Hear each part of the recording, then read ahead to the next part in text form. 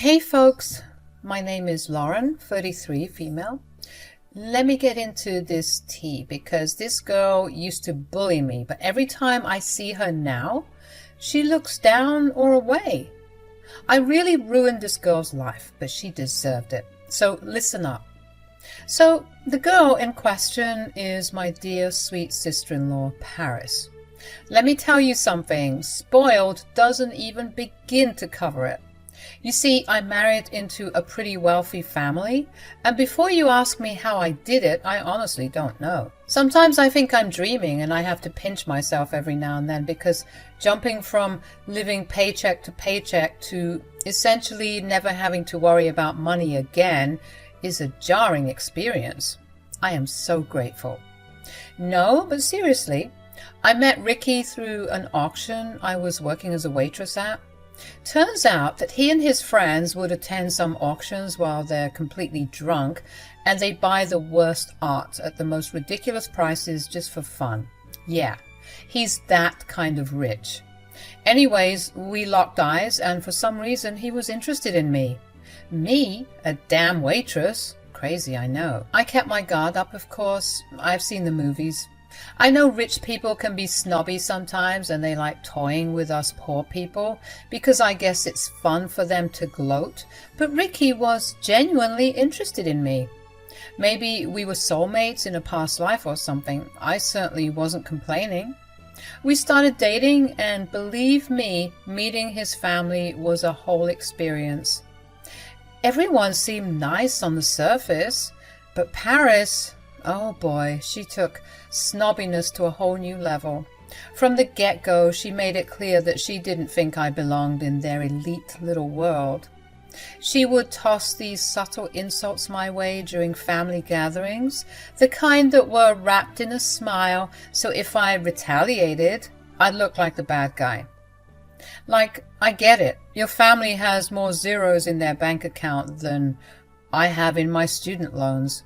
But that doesn't mean you get to treat people like they're beneath you, right? Oh, you guys, you won't believe what happened. What? A homeless bum had the audacity to look at me. Can you believe it? Like, they need to teach them not to do that. Don't be such a snob. What's wrong with you? You know what? You're right. I should be used to dealing with bookies now, especially with Lauren around now. When are you going to get tired of your little plaything? Hello? I'm standing right here. Unfortunately. Okay, Paris, enough. Quit being such a pain. You're all just mad at me because I'm being honest. Not my fault you can't accept the fact that you're dating a bum. I'm not a bum. Don't speak to her that way. I swear to God. Whatever. At first, I tried to keep my cool, not wanting to create drama and all, but Paris just kept pushing those buttons, you know? I'd be chatting with someone and she'd swoop in with some backhanded compliment or a snarky remark that left me seething inside.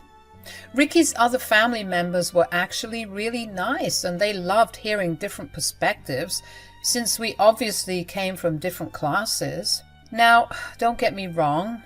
There were some ignorant comments and some microaggressions thrown here and there, but I chalked that up to ignorance and upper-class elitism. It wasn't completely their fault because that's how they were raised. Ricky would try the hardest and he had never made me feel uncomfortable, and I was falling in love with him more and more each day. I tried not to let the ignorant remarks affect me too much. I mean, they were trying, right? But when it came to Paris, now that was a different story. She was doing this for fun, like hunting for sport. She knew what she was doing and she was thrilled every step of the way. She really tried to embarrass me all the time and both Ricky and I were getting fed up. Turns out it wasn't just us. Everyone in Ricky's family was getting sick and tired of Paris's antics. She'd always been a brat, getting everything she ever wanted because she was the youngest, and Ricky's parents would be annoyed with her and her bullying. The last straw came when she ruined my surprise proposal. Yeah, you heard that right. I got robbed of my surprise proposal that Ricky was organizing because she couldn't keep her big mouth shut. She claimed that it was an accident, that she didn't mean to send me that text detailing everything about the proposal and the after party, but we were all calling BS. Ricky was fuming, and he knows his sister better than anyone, so I think he's a reliable source. If he says that she did it on purpose, then I believe him. I tried to smooth things over, telling Ricky that it was fine and that I would say yes 1,001 times, which helped him calm down a bit, but not enough. He told his parents about it, and they were really angry too. They had been talking about cutting her off, at least for a while, so that she could learn to be an adult. But they had never been more serious about it than in that moment. To everyone's surprise, including my own, I stood up for Paris, telling Ricky and his parents that they didn't need to go that far, and that as much as we didn't believe her, there was no way we could really prove that it was on purpose, so they should go easy on her and give her one last chance. They all commended me for being so kind to someone who was so mean to me, and to this day I don't fully know why I did it. Maybe I was just excited knowing that I was about to marry the love of my life. Paris didn't even know that she was about to be cut off and that I stood up for her, which would tick me off a bit more when she would make her rude comments. But hey, good deeds don't go off unpunished. But hey, I didn't marry her. I married Ricky, and he was worth every eye roll and condescending comment from her. We eventually got hitched, and that's when things went from bad to worse. You know how some in-laws can be a bit much during wedding planning? Paris was a one-woman circus of chaos. She had opinions about everything, from the flowers to the seating arrangement, and let's not even talk about the bridesmaid dresses. I swear, she acted like it was her wedding and not ours. We did our best to ignore her, which wasn't too hard because my wedding was immaculate. Honestly, words couldn't describe how beautiful everything was. I had never seen so many diamonds on a dress before, real ones at that. Everything was just perfect, so Ricky and I and the rest of our guests were having a grand old time. But of course, the other shoe had to drop, and Paris had to do what she did best and ruin everything. She accidentally bumped into the wedding cake, which was like 10 tears and one of the most beautiful things I had ever seen in my life. A handful of people, including myself, saw her fall into it. She literally ruined her dress just so she could cause a commotion. Talk about being a miserable human being. Everyone was groaning and whispering about her messing everything up because everyone who was there was at least aware that Paris was not the greatest person to be around. She wanted all the attention on her all the time, like a child, and it got on everyone's nerves. I couldn't contain it anymore, and I burst into tears and walked off, with Ricky and my bridesmaids going after me to comfort me, leaving Paris behind and receiving an ear lashing from her parents and her uncle, who had graciously paid for the cake. When I had calmed down, we returned to the party, and the festivities were slowly starting up again, and Paris was nowhere to be found. Turns out my mother-in-law and father-in-law had had enough, for real this time, and they cut her off in front of everybody. All of her friends, her cousins, some hot guy she was flirting with at the bar. Everybody. Embarrassing. They told her that until she could prove herself to be a decent human being, they wouldn't help her in any way. Which sucks for her, because she was living in their manor because she didn't see a point in moving out.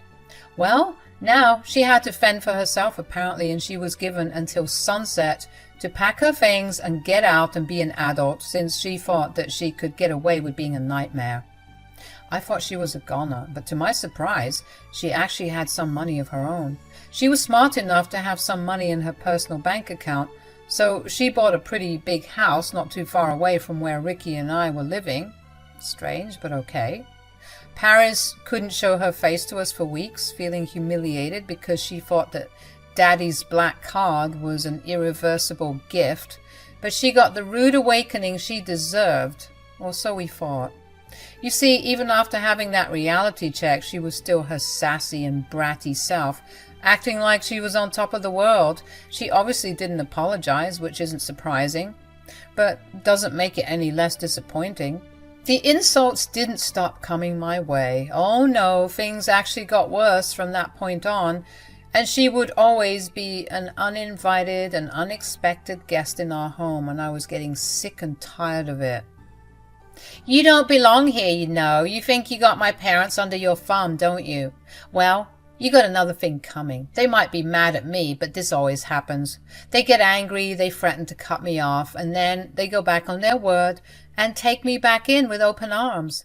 I'll admit this is the first time they actually went through with it, but you do realize that I'm the reason this didn't happen to you sooner, right? Oh, here we go. Look at you, thinking you're better than me. What am I supposed to be, thanking you now or something? Allowing me to bow to your highness? Paris, you... And just for the record, in case your dumb brain didn't catch it, I was being sarcastic. I'd never bow to a broke peasant like you. From where I'm standing, looks like you're the broke one, sweetie. Oh, please, even when my parents cut me off, I had more money in my account than you'd ever make in your lifetime if you weren't married to my brother. He's wrong about you, you know, and he's going to see it one day. Don't you have moving boxes to unpack? Whatever. Don't talk to me. Paris would come over, especially when Ricky wouldn't be home, just to taunt me and ridicule me some more. I was starting to see why Ricky and his parents had no sympathy left for her. She was such a rotten lady. I couldn't believe half of the things that would come out of her foul mouth. Of course, I would tell Ricky all of the awful things that she would say to me, and Ricky would just get angrier and angrier, telling the workers not to let her into our compound.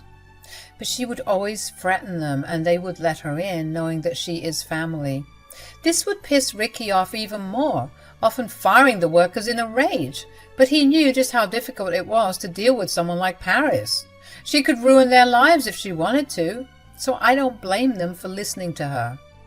I eventually shut her out completely, ignoring her entirely when she would act that way, and that would get under her skin so bad you have no idea. She thrived off of reactions, always wanting to stir the pot, and I wouldn't give that to her. No siree. Months and months went by, and she stopped coming around as often, thank God.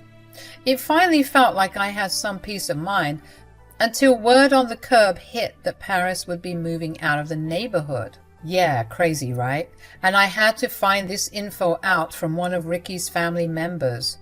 Ricky didn't even know about it, and he was also relieved, but he wondered why. So one evening, we decided to knock on her door and find out. It looked like most of her things were packed and ready to go to her new destination. She wasn't expecting us, and she looked a bit thrown off guard, but quickly plastered on a smile as if to let us know that everything was all right and nothing suspicious was going on. Yeah, right, sure. She was acting a bit sheepish, which was definitely unlike her. After a few beats of awkward chit-chat, Ricky finally addressed the elephant in the room and asked her what was going on. Okay, cut the crap, Riz. Why are you moving? You haven't even been here a year. Oh yeah, well you see, the thing is, I don't like it here anymore. It's too ghetto, and you know me. I live for the finer things in life. I can't continue living here. It's embarrassing. What are you talking about? You said you always loved it here. Yeah, well, I changed my mind. What's really going on? Are you broke? What? No, of course not. Okay, then tell us. I will... Wow, Paris, how did you blow all that money in just a couple of months? Well, to be fair, I thought Mom and Dad would come back begging for me to move back in with them by now. I spent all my money on clothes and trips to Dubai to meet Chelsea. Are you serious right now? How was I supposed to know that they were being serious? It's not my fault. So now you're moving out? Where are you going? I'm going to live at Stephanie's house. Wow. A roommate, Paris? That's a new low. It is not low. It's classy and stylish. Trust me. It's like a grown-up sleepover. Everyone is doing it, especially after COVID. It's important, you know, sharing a space with someone. Good for your mental health. Right. And you, don't you dare look at me like that. Like you feel sorry for me. But I kind of do. Well, you shouldn't. You should never forget your place. Paris, come on. I'm hosting a garage sale. Garage sale? For what? It's probably for extra cash. It most certainly is not for extra cash. Do you think I'm struggling like you? You must be out of your mind. You wouldn't know anything about it. I think Kendall Jenner did it recently too. Yeah, she did. It's chic and so in right now. Whatever you say. Anyways, I'm having a garage sale tomorrow because I have to leave the day after. So don't bother coming. I guess this is goodbye. What? Why? Because, Lauren, one thing you should get through your thick skull is this. You're nothing without Ricky. Paris, can it right now. And you're too broke to afford even my trash. Do yourself a favor. Don't embarrass yourself or me tomorrow, okay? Think of my garage sale like a block party. Oh, wait. You wouldn't know what that is. Okay, we're leaving now. Good luck with your roommate. Don't call us, ever. I told you she isn't going to be my roommate. I had just about enough of my sister-in-law's BS and the way she was treating me.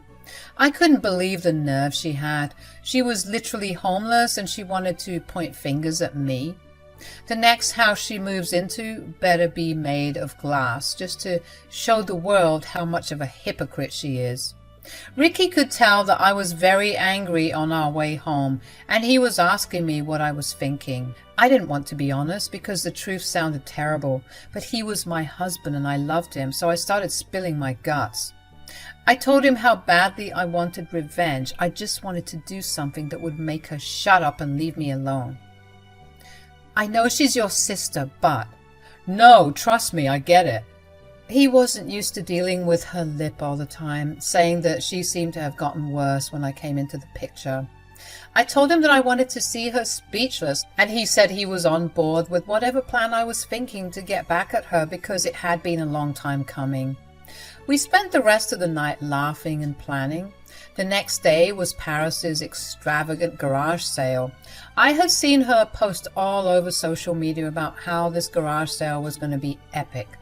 With all the noise she was making on social media, I thought that we would be able to hear the party garage sale from our own home. But there was nothing, just crickets. Ricky was on his way to work and wished me luck with my plan to get revenge on Paris. So after gussying myself up a bit, I got ready to rain on her parade. I pulled up to the block party, deciding to walk here just so I could enjoy the stroll, and she saw me coming up from a distance. To my surprise, her garage sale was a bust. Only a couple of people were walking around, and she had made her stuff so pricey that a lot of people ended up leaving without buying anything. She turned redder than a tomato and started insulting me like she usually did. But I wasn't having any of it this time, not with my ace up my sleeve. Well, well, well, look what the cat dragged in. Or is your epic party turning out to be a dud?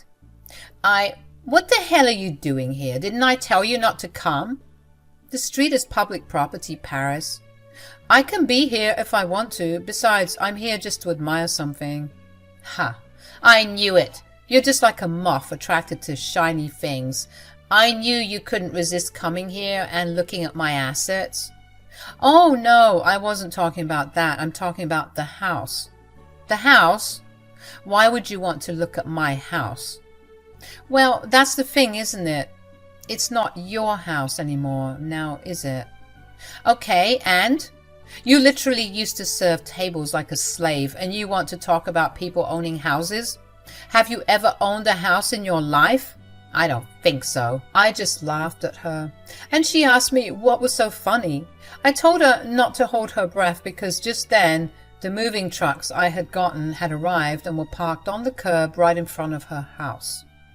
She was confused, of course, and I pulled out of my pocket a set of keys to the house. Yep, I just bought her house. You see, the night before, when I was plotting my revenge with my man, he told me that I needed to hit her where it hurt if I wanted to shut her up for good, and that's when I suggested I buy her house. I was planning on moving my mom in there because her boyfriend recently passed away, and I wanted to do something nice for her and move her closer to me since she was lonely. Ricky said that was a perfect idea and that he would pay for it ASAP. He got on the phone with some of his friends who work in real estate, and luckily no one had reserved the house, meaning it was up for grabs. He bought it then and there on the phone, and he told me that he would get the keys in the morning and give them to me. I explained all of this to Paris, and her jaw was on the floor like in Johnny Bravo. I couldn't help myself. I just had to laugh at her again. "What's so flipping funny?" "Oh, I don't know. Maybe it's the fact that I own the beautiful house that you had to give up. As if you could ever afford this place." "Look at the new lease. Has my name and everything, sweetie." "I can't believe this. How could you humiliate me like this?" "You did this to yourself, Paris. You were such an awful person to me. You should be lucky that this is all I did. Now, if you don't mind, can you please pack this up and get this show on the road? My guys have to move in my mom's stuff, and she'll be arriving in the evening." But I don't have to leave till tomorrow. I told you." "Actually, according to the broker, you should have been out by now, so I can kick you out whenever you want, and I choose right now." Paris was livid. She was so embarrassed. She did exactly what I was hoping and completely shut her trap. She left in a hurry, leaving some of her belongings behind, and I said I would donate them to charity or give them to my mom. Now, it's been about 6 months since that happened, and whenever Paris sees me, whether it's on the streets, at a store, at a family gathering, you name it, she would always dodge me or turn around or look down, a complete 180 degree to her being bold enough to talk all that crazy talk to my face. Funny how the tables turn. Ricky was of course over the moon when he heard what went down, and he told me that I should have taken a picture of her jaw on the floor, and I seriously considered it, but I thought that was just rubbing salt in the wound. It felt so good having this authority over her. Now she knows her place. I bet she won't pull that crap ever again. She's still living with her roommate as far as I can tell, and my mother-in-law and father-in-law still haven't budged on cutting her back into the family wealth. So we'll see if she ever learns to change her behavior.